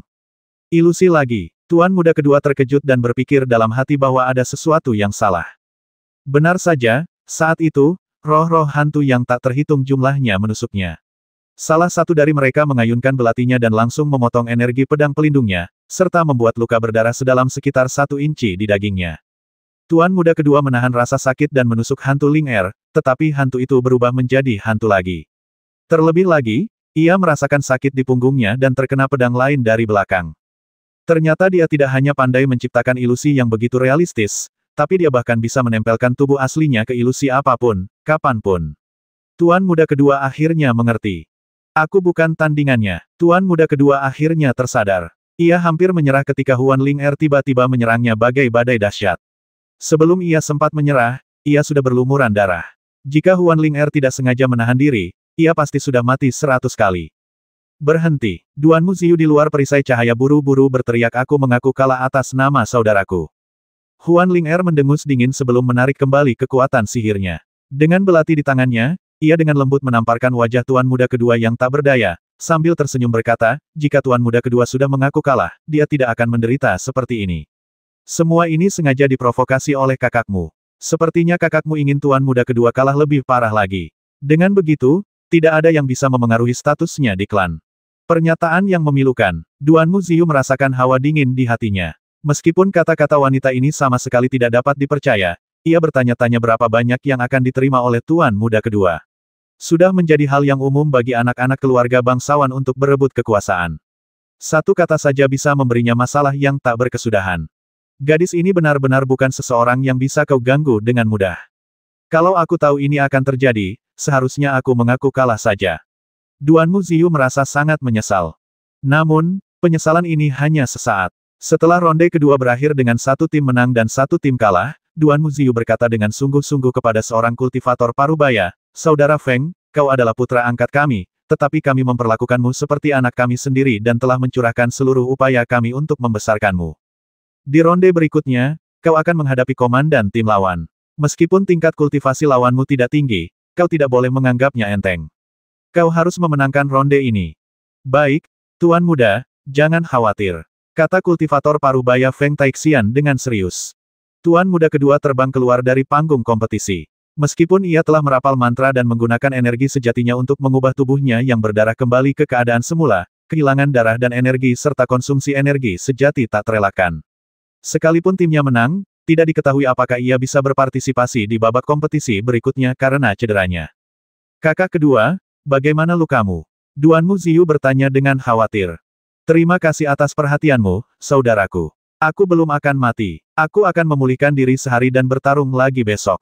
Kata Tuan Muda kedua sambil menahan luka-lukanya. Jika ia digantikan oleh orang lain dan kehilangan posisinya di tim, itu akan berdampak besar pada statusnya di masa depan di klan. Jika cederamu terlalu serius, jangan memaksakan diri. Kata Duanmu Ziyu. Kalimat ini tiba-tiba menusuk hati Tuan Muda kedua. Ia tersenyum getir dan berkata dengan enggan, Kakak, tentu saja aku berharap aku tidak akan ikut kompetisi lagi, agar kau bisa memimpin pasukan sendirian. Kakak sudah memegang kekuasaan tertinggi di klan, tidak bisakah kau memberiku tempat tinggal? Duan Muziu merasakan hawa dingin di hatinya. Ia menghela napas dan berkata, kakak kedua, selamat beristirahat. Kita bisa membicarakan sisanya secara pribadi. Setelah mengatakan ini, ia mengirim pesan kepada Feng Taixian, yang akan bertanding dengan Li Muran, dengan pesan, pastikan untuk melukai lawanmu dengan parah. Beritahu semua makhluk abadi bahwa siapapun yang menyakiti siapapun dari keluarga Duan Muku akan dihukum. Baik, Feng Taixian menyetujui sambil tersenyum sinis di wajahnya. Peri Huan, terima kasih atas kerja kerasmu. Li Muran tersenyum tipis peri, memenangkan kompetisi ini sangat penting bagi kita. Huan Ling'er berkata sambil tersenyum, aku belum cukup bersenang-senang. Rekan Daois Li, bagaimana kalau begini? Aku akan berubah wujud menjadi dirimu dan bertarung lagi untukmu. Tidak, Li Muran menggelengkan kepalanya berulang kali. Bagaimana jika seorang kultivator kuat di dekat sini mengetahui trikku? Itu akan melanggar aturan dan kita akan dinyatakan kalah. Kita akan kehilangan kesempatan untuk maju ke babak berikutnya. Yah, aku tidak tahu apakah ada klon Dewa Emas yang bersembunyi di dekat sini. Huan Ling'er mengangguk dan mengurungkan niatnya yang terlalu berani ini. Teman Li, hati-hati. San Feng, dengan raut wajah khawatir, memperingatkan Li Muran dan mengawasinya terbang ke arena kompetisi.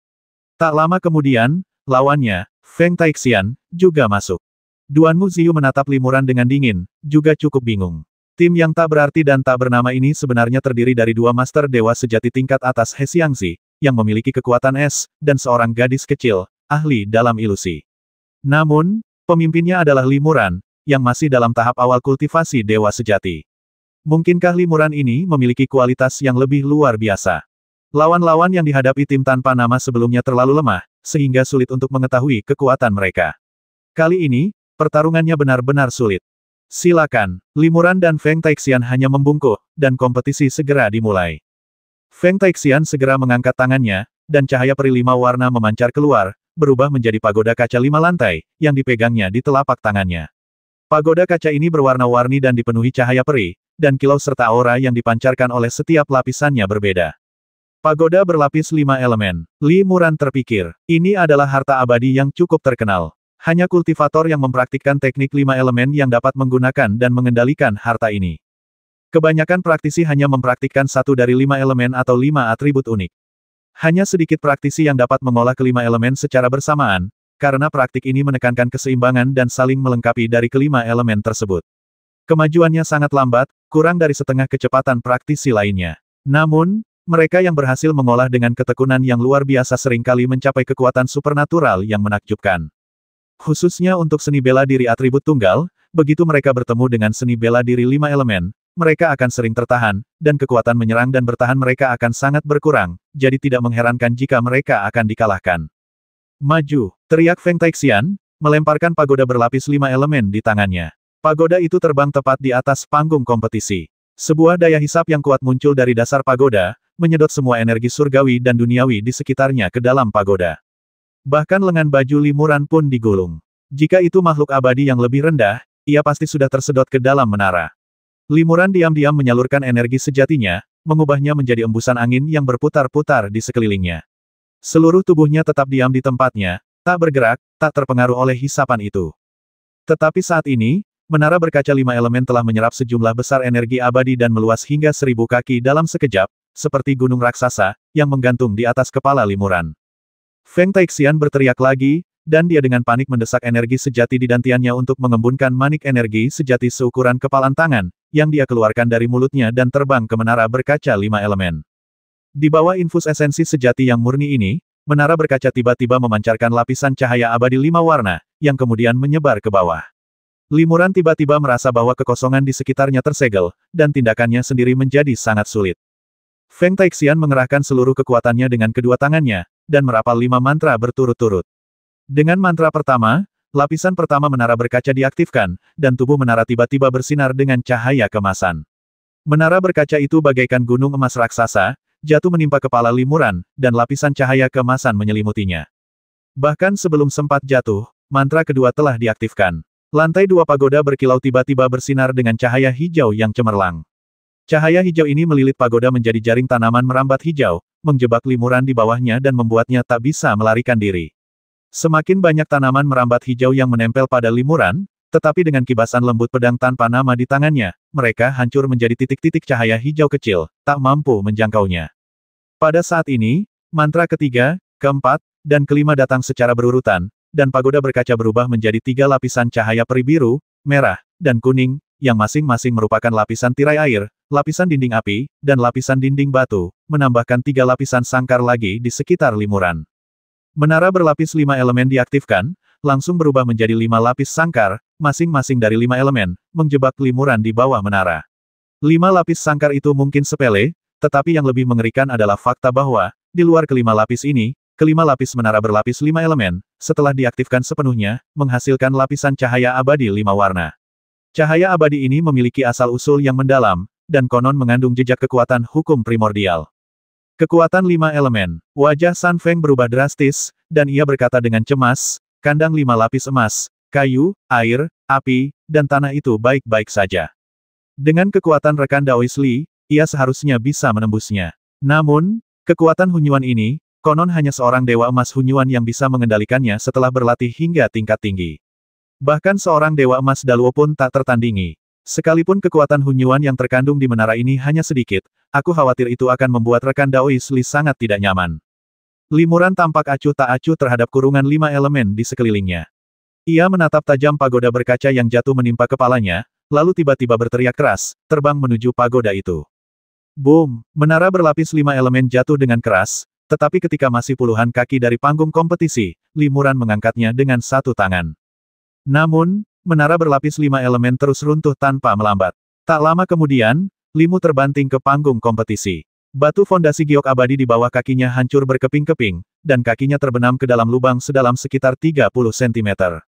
Namun, menara berlapis 5 elemen juga berhenti di udara, tak mampu jatuh lebih jauh. Kekuatan bayangan giok yang luar biasa. Feng Taixian terkejut. Ia melihat lapisan kekuatan suci menyelimuti limuran. Itu pasti kemampuan ilahi bayangan giok. Feng Taixian buru-buru mengaktifkan beberapa aliran energi sejati lagi, mengubahnya menjadi serangkaian mantra sihir, dan menyuntikkannya ke dalam pagoda berlapis kaca. Bobot pagoda semakin berat, tetapi limuran masih menahannya dengan satu tangan, mencegahnya jatuh. Kekuatan suci anak ini sungguh luar biasa. Feng Taixian sangat terkejut. Ia sudah mengerahkan seluruh tenaganya, tetapi pagoda itu tidak runtuh sama sekali. Saat limuran sedang bertarung melawan pagoda, tiba-tiba terdengar suara bang yang keras, dan kekuatan suci menyebar dari bawah kaki limuran. Di bawah hantaman kekuatan suci tersebut, seluruh panggung kompetisi hancur berkeping-keping. Para penonton terkejut. Mereka tidak hadir di sana, jadi mereka tidak tahu seberapa berat pagoda berkaca itu. Melihat limuran mengangkatnya dengan satu tangan, mereka mengira pagoda itu tidak terlalu berat. Namun, ketika mereka melihat kekuatan luar biasa yang ditahan limuran sendirian, menghancurkan seluruh arena, mereka menyadari betapa besar kekuatan yang ditahan limuran hanya dengan satu gerakan itu. Peri Huan tersenyum melihat pemandangan ini. Jadi, rekan Daois Li sudah menguasai metode mengubah Qi menjadi esensi. Kekuatan magisnya telah diubah menjadi kekuatan ilahi, mengisi tubuh kemurnian gioknya. Bahkan jika pagoda lain datang, aku khawatir pagoda itu tidak akan mampu menghancurkan tubuh kemurnian gioknya.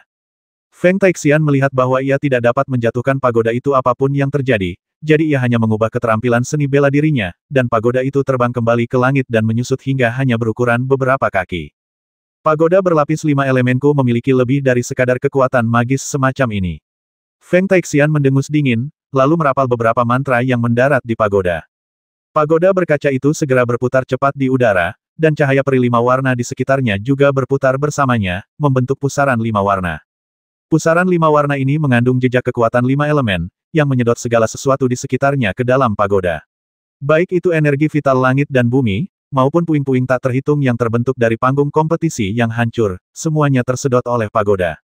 Bahkan penjaga abadi berbaju zirah emas yang memimpin kompetisi pun tampak pucat, buru-buru meninggalkan formasi untuk menyaksikan pertempuran dari luar penghalang cahaya. Jika bukan karena formasi abadi yang luar biasa ini, saya khawatir banyak kultivator yang menyaksikan pertempuran di luar penghalang cahaya akan tersedot oleh pagoda. Limuran berada tepat di bawah pusaran 5 warna, tempat daya hisapnya paling kuat. Ia diam-diam menyalurkan energi batinnya untuk menstabilkan diri, tetapi ternyata energi itu menarik dan mengaduk tanpa alasan. Wajah limuran sedikit berubah. Jika kekuatan magisnya lepas kendali dan tersedot oleh pagoda, ia pasti akan kalah dalam kompetisi ini. Sungguh harta karun yang termasyhur di kalangan para dewa, dan reputasinya memang pantas. Di antara para dewa yang menyaksikan pertempuran, banyak yang memuji pagoda berkaca itu. Tatapan tajam melintas di mata Limuran. Lawannya, Feng Taixian, telah mengerahkan seluruh kekuatannya dan tak menyisakan ruang untuk kesalahan dalam setiap kekuatan magisnya, entah itu pagoda yang berubah menjadi gunung raksasa dan menghancurkannya, atau pagoda yang menyerap segala sesuatu di sekitarnya. Jika Limuran hanyalah seorang kultivator abadi sejati biasa dan tidak mampu melawan, ia tidak hanya akan kalah dalam kompetisi, tetapi tubuh fisiknya juga akan hancur, dan jiwanya juga akan terluka parah. Ini sama sekali tidak terasa seperti kompetisi, rasanya seperti pertarungan hidup atau mati sejak awal. Jelas sekali Feng Taixian akan menggunakan kesempatan ini untuk melukainya dengan parah. Limuran tiba-tiba melompat dan terbang menuju pagoda berkaca. Saat ia terbang di dekat pagoda berkaca, daya hisapnya semakin kuat, hampir menyedot daging dan darah Limuran ke dalam pagoda. Limuran berteriak keras dan menepuk telapak tangan kanannya. Kekuatan sihir yang dahsyat menghantam pagoda yang indah itu, menyebabkan pagoda itu sedikit bergetar. Namun, energi sejati yang ia kerahkan langsung diserap oleh pagoda itu. Feng Taixian mencibir. Limuran sedang mencari kematiannya sendiri dengan melakukan ini. Di bawah pagoda berkilau, sudah cukup baginya untuk melindungi esensi sejatinya. Dia bahkan berani menggunakan esensi sejati dan kekuatan sihirnya, yang secara alami diserap oleh pagoda berkilau. Meskipun aliran energi sejati diserap oleh pagoda, daya hisap Limuran juga sedikit berkurang. Limuran membalikkan telapak tangan kirinya, dan sebuah jimat abadi berwarna emas muncul di telapak tangannya, yang kemudian ia tempelkan ke pagoda berkaca tersebut. Begitu jimat abadi ini dipasang, cahaya abadi yang dipancarkan oleh pagoda berkaca segera meredup drastis, dan lantai pertama pagoda menjadi lebih gelap dan kusam, serta energi abadi terserap seluruhnya. Jimat abadi Tai. Feng Taixian terkejut. Ini adalah jimat abadi tingkat tinggi. Umumnya, hanya senior yang kuat dengan tingkat kultivasi Dewa Emas yang bisa menyempurnakannya, jadi jimat ini sangat berharga. Aspek terkuat dari jimat ini terletak pada kekuatan penyegelannya. Jimat ini tidak hanya dapat menyegel tubuh dan mana kultivator, tetapi juga jiwa mereka. Ketika jimat ini ditempatkan pada harta karun, jimat ini juga dapat menyegel sebagian besar kekuatan harta karun tersebut. Limuran kemudian menepuk telapak tangannya lagi, dan dengan suara pop, jimat peri kedua juga tertancap di pagoda berkaca. Lapisan kedua pagoda segera meredup dan tidak lagi memancarkan kekuatannya. Jimat abadi Tai lagi. Feng Taixian terkejut dan buru-buru merapal mantra untuk memanggil kembali pagoda. Namun, pada saat itu, Limuran merapal 3 jimat abadi berturut-turut. 3 jimat abadi Tai, total 5 jimat abadi Tai, menyegel kelima lantai pagoda berkaca sepenuhnya. Pagoda itu langsung melayang di udara, tak bergerak, dan tanpa memancarkan sedikit pun energi abadi. Duan Muziu, yang sedang menyaksikan pertempuran di luar penghalang cahaya, terkejut. Jimat abadi Tai tidak mudah disempurnakan, dan dia sebenarnya punya banyak sekali. Mungkinkah dia murid dari seorang tetua abadi emas yang ahli dalam seni jimat? Atau mungkin dia bahkan inkarnasi dari salah satu tetua? Para dewa juga sangat terkejut dengan hal ini, dan sebagian besar percaya bahwa jimat abadi Tai ini pastilah pemberian dari seorang tetua abadi emas. Namun, mereka tidak menyangka bahwa semua jimat abadi ini adalah jimat abadi yang disempurnakan oleh Limuran sendiri. Dengan bantuan cermin kembar Chaos, penolakan kekuatan hukum saat menarik jimat abadi berkurang drastis. Hal ini memungkinkan Limuran untuk menyempurnakan beberapa jimat abadi yang awalnya mustahil disempurnakan pada tingkat dewa sejati, termasuk jimat abadi Tai ini. Namun, sangat sulit untuk menyempurnakan jimat abadi Tai. Bahkan dengan bantuan cermin kembar Chaos, Limuran masih menghabiskan banyak bahan pembuat jimat yang sangat berharga, dan setiap jimat abadi Tai membutuhkan waktu sebulan penuh untuk disempurnakan. Jimat abadi tingkat tinggi ini memang sangat berguna dalam pertempuran antar dewa sejati. Pagoda berlapis 5 elemen memang merupakan harta abadi yang luar biasa, tetapi di bawah segel 5 jimat abadi Tai, jimat itu langsung menjadi tidak bergerak dan tidak berguna. Sebagian besar kekuatan Feng Taixian terpusat pada pagoda berlapis 5 elemen. Sekarang setelah pagoda itu disegel, kekuatannya secara alami berkurang drastis. Limuran memanggil pedang tanpa nama miliknya dan langsung menebas Feng Taixian. Energi abadi di sekitarnya, yang merasakan kekuatan pedang tersebut, berubah menjadi ribuan cahaya pedang yang cemerlang, menebas Feng Taixian. Feng Taixian membuka telapak tangannya, melepaskan aliran esensi abadi yang telah dipupuk selama bertahun-tahun, mengubahnya menjadi lapisan-lapisan penghalang energi abadi tebal yang melindungi seluruh tubuhnya. Namun, begitu penghalang energi abadinya bertemu dengan cahaya pedang-pedang tanpa nama, penghalang itu seakan bertemu musuh bebuyutannya dan hancur seketika. Setiap sinar pedang Limuran mengandung kekuatan untuk mengembalikan segala sesuatu ke asalnya. Semua kekuatan magis pertahanan menghilang menjadi energi surgawi paling biasa saat bersendewa dengan sinar pedang tersebut. Feng Taixian buru-buru melepaskan cahaya surgawi 5 warna untuk melenyapkan sinar pedang tersebut, tetapi masih belum memberikan efek yang signifikan. Dengan beberapa suara embusan ringan, beberapa luka berdarah muncul di tubuh Feng Taixian, namun lukanya tidak serius. Ketika peri es melihat ini, dia tiba-tiba mengirim pesan suara kepada Huan Ling'er. Ling'er, apakah kamu tahu rahasia di balik ini? Huan Ling'er tertegun dan menjawab, apakah peri es sedang membicarakan kompetisi ini? Rekan Daois Li sudah menang. Peri es mengangguk pelan dan melanjutkan transmisi suaranya, memang, pemenangnya sudah ditentukan. Namun, sebelumnya, Dewa Feng Tai menyerang tanpa ampun, berniat melukai rekan Daois Li dengan parah. Rekan Daois Li, yang membalas serangannya, bisa saja melukainya dengan parah, tetapi dia menahan diri dalam permainan pedangnya. Tahukah kau kenapa? Huan Ling'er menggelengkan kepalanya sedikit, mungkin rekan Daois Li takut secara tidak sengaja membasmi pihak lain. Peri Bing menggelengkan kepala dan mendesah, sebenarnya, rekan Daois Li sudah murka. Jika ini babak terakhir, rekan Daois Li pasti tidak akan membiarkan kesalahan sedikit pun dan melukai lawannya dengan parah hanya dengan satu serangan. Setidaknya, dia akan menghancurkan tubuh abadinya sebagai balasan atas taktiknya sebelumnya. Tapi ini bukan babak terakhir. Setelah babak ini, giliran Peri Feng untuk bertanding dengan pemimpin tim lawan, Master Duanmu. Jika rekan Daois Li melukai lawannya dengan parah di babak ini, kemungkinan besar Master Duanmu akan marah, menempatkan Peri Feng dalam bahaya yang lebih besar di babak berikutnya. Rekan Daois Li tidak ingin mencari kelegaan sementara dan membuat orang-orang di sekitarnya menderita. Huan Ling'er terkejut saat mendengarnya Peri Es. Kau mengatakan ini khusus untuk Ling'er, kan? Peri Es mengangguk. Di ronde kedua kompetisi, aku membiarkan Ling'er sedikit bermanuver karena alasan ini. Jika Ling'er tidak memberikan ruang gerak, para kultivator keluarga Duanmu kemungkinan besar akan membalas dendam di duel berikutnya, seperti bagaimana Feng Taixian ini hampir melukai rekan Daois Li dengan satu serangan. Jika Ling'er berkultivasi dan menimba pengalaman sendirian, bebas dari segala kekhawatiran, dia bisa saja membalas dendam dan melakukan apapun yang diinginkannya. Tapi karena kau punya rekan, kau tidak bisa hanya bertindak sendiri, kau juga harus lebih mempertimbangkan mereka. Kau tidak bisa menempatkan mereka pada risiko yang lebih besar hanya karena kau melampiaskan amarahmu. Terutama karena rekan Daois Li adalah tokoh penting dan tingkat kultivasinya saat ini tidak tinggi, kita tidak boleh memberinya lebih banyak musuh. Sama seperti rekan Daois Li yang tahu bahwa Peri Feng mungkin bukan tandingan guru Duanmu, dia tetap memberikan ruang gerak dalam permainan ini. Dia lebih suka menahan amarahnya daripada melakukan apapun yang akan membuat guru Duanmu semakin marah. Huan Ling'er mengangguk pelan setelah mendengar ini. Ling'er mengerti. Tindakan Ling'er sebelumnya memang agak tidak pantas. Peri Es tersenyum tipis dan berkata, sebelum mencapai alam abadi surgawi, Ling'er selalu berlatih dengan Wuming. Bencana apapun yang ia hadapi, selama Wuming, dengan kekuatan magisnya yang tak terbatas, dapat dengan mudah menyelesaikannya. Tapi sekarang, saatnya Ling'er melindungi Wuming dan rekan Daois Li. Beberapa hal membutuhkan kesabaran. Sama seperti rekan Daois Li saat ini, Feng Taixian sama sekali bukan tandingannya, namun dia menahan amarahnya dan tidak ingin melukainya terlalu parah. Setelah itu, kedua makhluk abadi itu kembali memperhatikan perisai cahaya. Pagoda berlapis 5 elemen tetap tersegel. Feng Taixian beberapa kali mencoba melepaskan segel abadi dari pagoda, tetapi dihalangi oleh sinar pedang limuran yang tak terhitung jumlahnya. Ia berulang kali dikalahkan, dan tubuhnya dipenuhi banyak bekas pedang. Melihat ini, kekhawatiran awal San Feng berubah menjadi kegembiraan, dan raut wajahnya jauh lebih rileks. Ia bergumam, Feng Taixian ini masih melawan dengan keras kepala, dan rekan Daois Li masih menahan diri. Mengapa tidak hancurkan saja tubuhnya dengan satu pedang? Lihat apakah dia masih menolak untuk mengakui kekalahan. Huan Ling'er tersenyum tipis saat mendengarnya. Ini untukmu, Peri Feng. Untukku. San Feng tertegun, tetapi dia segera mengalihkan perhatiannya kembali ke persaingan antara limuran dan lawannya. Huan Ling'er mengirim pesan kepada Peri Bing, jadi, rekan Daois Li cukup menyayangi Peri Feng.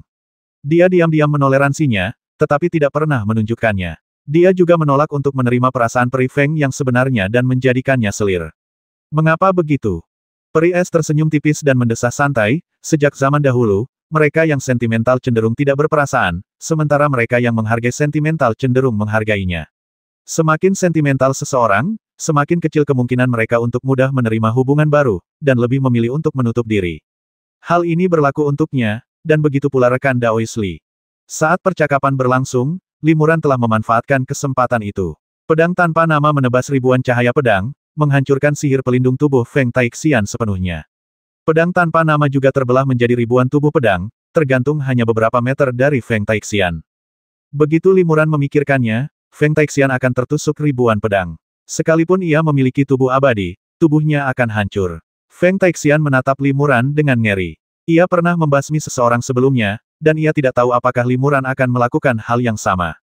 Terima kasih. Limuran membungkuk. Pada titik ini, setiap kultivator tahu hasilnya telah ditentukan. Limuran mengulurkan jarinya dan menjentikkannya, dan 10.000 pedang itu menyatu menjadi satu, berubah menjadi pedang tanpa nama, yang kemudian ia tarik kembali. Feng Taixian masih menunjukkan ekspresi enggan di wajahnya. Jika harta karun ajaibnya tidak disegel oleh pihak lain dengan jimat ajaib, dia mungkin tidak akan kalah telak.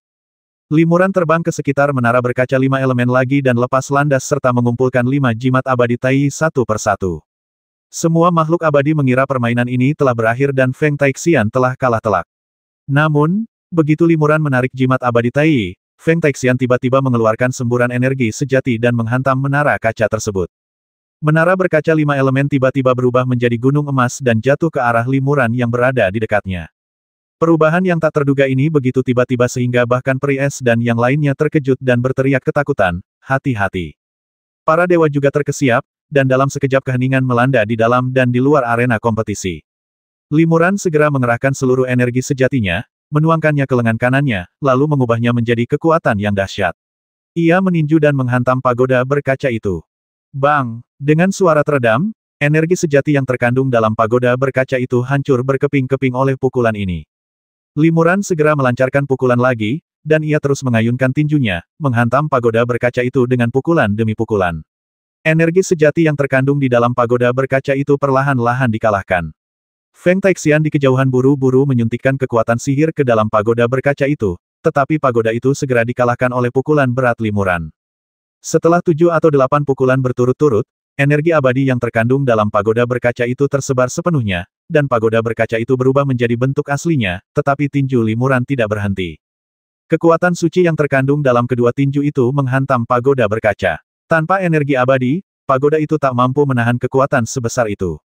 Sebuah retakan muncul setelah 1 pukulan. Setelah 3 pukulan, pagoda berkaca itu langsung hancur. Kau, Feng Taixian terkejut. Harta karun ajaib penyelamat nyawanya hancur. Ia terlibat dan murka. Ia berteriak wow, dan memuntahkan seteguk darah. Limuran berteriak dengan marah, sosoknya melintas dan berteleportasi langsung ke sisi Feng Taixian, meninjunya seperti hujan, terus-menerus memukulnya. Bang! Pukulan pertama mendarat di perut bagian bawah Feng Taixian, dan kekuatan sihir pelindung yang baru saja ia kumpulkan langsung lenyap. Bang! Pukulan kedua mendarat di dada Feng Taixian, hanya dengan beberapa retakan kecil. Bang! Pukulan ketiga kembali mengenainya, dan Feng Taixian memuntahkan darah, dalamnya hancur berkeping-keping. Limuran melancarkan 9 pukulan berturut-turut, dan Feng Taixian tak mampu lagi melawan. Ia pun berubah menjadi genangan lumpur dan ambruk, sekarat. Limuran perlahan melancarkan pukulan ke-10-nya. Selama pukulan ini mendarat, tubuh Feng Taixian tidak hanya tak tertahankan, tetapi jiwanya juga akan hancur. Basmi dia. Pada saat ini, terdengar raungan keras dari luar perisai cahaya. Itu adalah Nangong Ren dari keluarga Nangong. Pencuri ini berani menyerang setelah kompetisi berakhir. Dia pantas mati. Li Xianyu, membasminya tidak melanggar aturan. Benar, basmi dia. Banyak biksu langsung berseru keras. Sebelumnya, banyak kultivator abadi yang tidak senang dengan perilaku intimidasi Tuan Muda Duanmu. Sekarang, entah karena alasan atau situasi, para kultivator keluarga Duanmu berada dalam posisi yang kurang menguntungkan.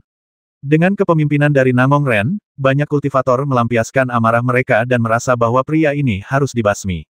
Basmi, basmi, basmi. Tiba-tiba, teriakan pembasmian memenuhi udara. Wajah Duanmu Ziyu memucat, tetapi ia tak berani berdiri dan membela Feng Taixian secara terbuka. Pikirannya berpacu, dan ia segera menggerakkan bibirnya untuk membisikkan sesuatu kepada Limuran. Bang! Pukulan ke-10 Limuran mendarat dengan keras, namun melenceng sedikit di saat-saat terakhir dan mendarat sekitar 1 inci dari dahi Feng Taixian. Pukulan itu menghancurkan kekosongan, dan sisa kekuatan pukulan itu bagaikan pedang tajam, menghantam perisai cahaya dan benar-benar menghancurkan lubang seukuran beberapa kaki di perisai cahaya itu.